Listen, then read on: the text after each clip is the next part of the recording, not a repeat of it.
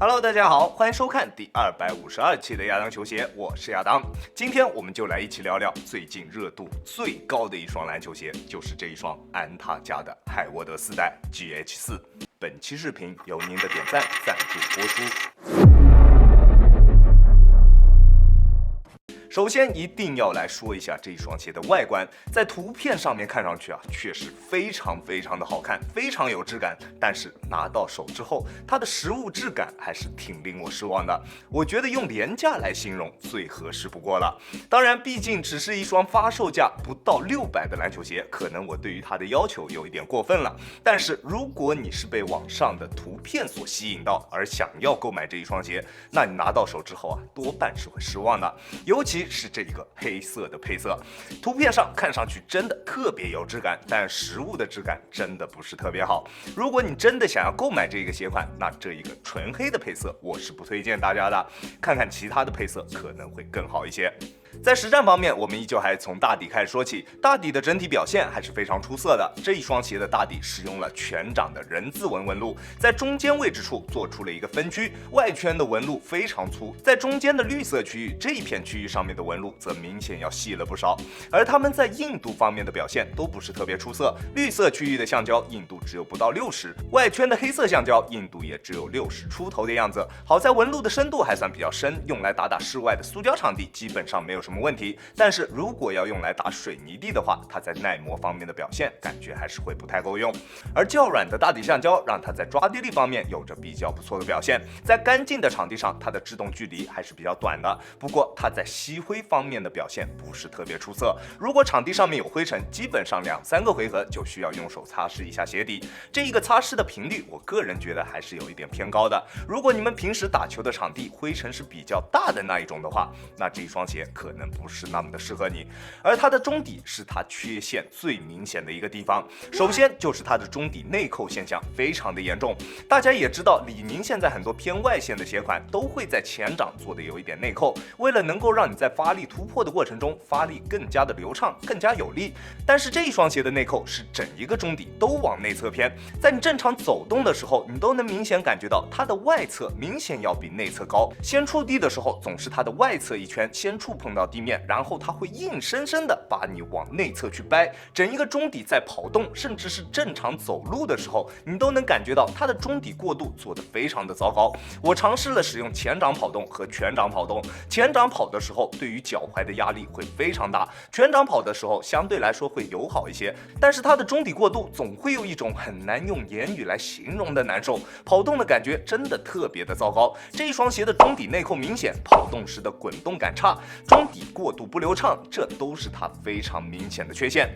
当然它的场地感还是非常不错的，前掌确实非常贴地，而且中底的调教做的也比较韧，在突破的过程中脚底上基本上不会有什么泄力的感觉，整体的缓震表现也完全没有问题。我180斤的体重，即使单纯用脚后跟着地，震脚的感觉也并不是特别明显。中底的调教确实做的是可以的，这一点没得说，但是前面的这些缺陷真的是太致命了。一双篮球鞋，而且是一双定位偏向于外线的篮球鞋，在跑动的感觉上做得不够好，反正对于我个人而言我是没有办法说它是一双出色的篮球鞋的。而它的鞋面确实在设计方面非常有新意，哈尼斯兰系带系统感觉在这一双鞋身上再次得到了升级，拉紧鞋带之后能够有非常出色的包裹感受，紧致并且舒适。拉紧鞋带之后不会有那种死紧的感觉，包裹的感觉非常棒。而且这一次它在最后一对鞋带孔位置处做了一个锁定的装置，你可以往外拉，但是如果你想要松一下鞋带，就一定要按住这一个外侧的小按钮。这样的设计很好的保证了球鞋在实战的过程中，包裹能够一直处于一个比较出色的状态，不会出现打着打着就会慢慢变松的这一种情况。不过凡事都有两面性，对吧？在你打完球之后想要脱鞋的时候就会稍微麻烦一些，你要一根一根鞋带的去松，在脱鞋的时候会比使用传统系带系统的篮球鞋要稍微麻烦一些，这一点你必须要了解到。而它的鞋楦我个人感觉好像没有特别窄，比3代甚至还要稍微宽那么一点点。点。GH3我在选择相同尺码的情况下，明显会觉得它比4代要窄一些。4代在我穿着下来完全没有出现过任何夹脚的情况，只要不是宽脚，我觉得这一双鞋都是没有问题的。不过高脚背的兄弟可能还是要先试穿一下，再决定是不是要购买。它的鞋面在中间这一段压的是比较低的，高脚背的兄弟要稍微注意一下。而如果你能穿进这一双鞋，拉紧鞋带之后，不管是什么脚型，你都可以得到非常不错的包裹感受。这一双鞋的包裹调节范围非常大，拉紧鞋带之后，不管是在静态的包裹还是动态锁定方面，表现都非常出色。在变向的时候，脚在鞋内完全不会出现任何的位移，在急停急起的时候，也完全不会有顶脚趾或者是掉跟的现象出现。包裹锁定方面的表现绝对是属于优秀这一个级别的。而它的鞋面材质虽然比较硬，但是在弯折的时候也不会出现明显的硌脚感，在鞋面的舒适度方面是完全没有问题的，大家可以放心。而较硬的鞋面材质加上侧面大面积的 TPU 包边，很好的保证了球鞋的侧向支撑，不管做什么动作，鞋面都能够很好的兜住你的双脚。加上它出色的整体刚性，在做一些大幅度变向以及侧向蹬地动作的时候，能明显感觉到脚底下的球鞋它的整体姿态能够保持得非常不错，在足弓支撑方面也有着非常出色的表现，一上脚就能感觉到它的足弓支撑给的还是比较足的。不过低足弓的兄弟啊，可能要稍微慎重一点，还是先试穿一下再决定是否要购买。总的来说，这一双鞋在支撑性方面的表现确实非常棒，整体的支撑以及整体的强度都没有任何的问题，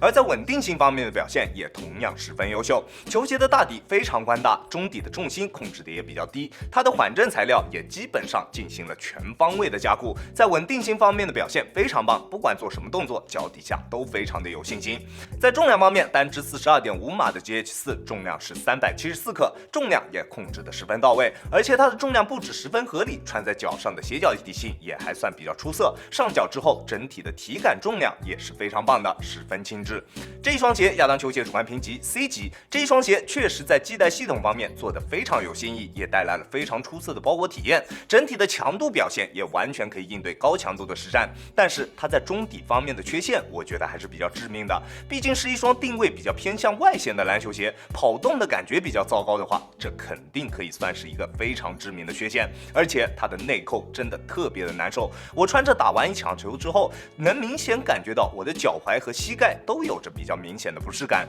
如果你是学生党，买了之后平时也会穿，可能一双篮球鞋你要覆盖压马路、打球一整天都会穿这一双鞋，那你选择这种明显内扣的篮球鞋之后，在穿着时间长了之后啊，对于你的足部健康是非常不利的。这一双鞋在实战体验方面，我的评价是不如300价位段的李宁，好吧？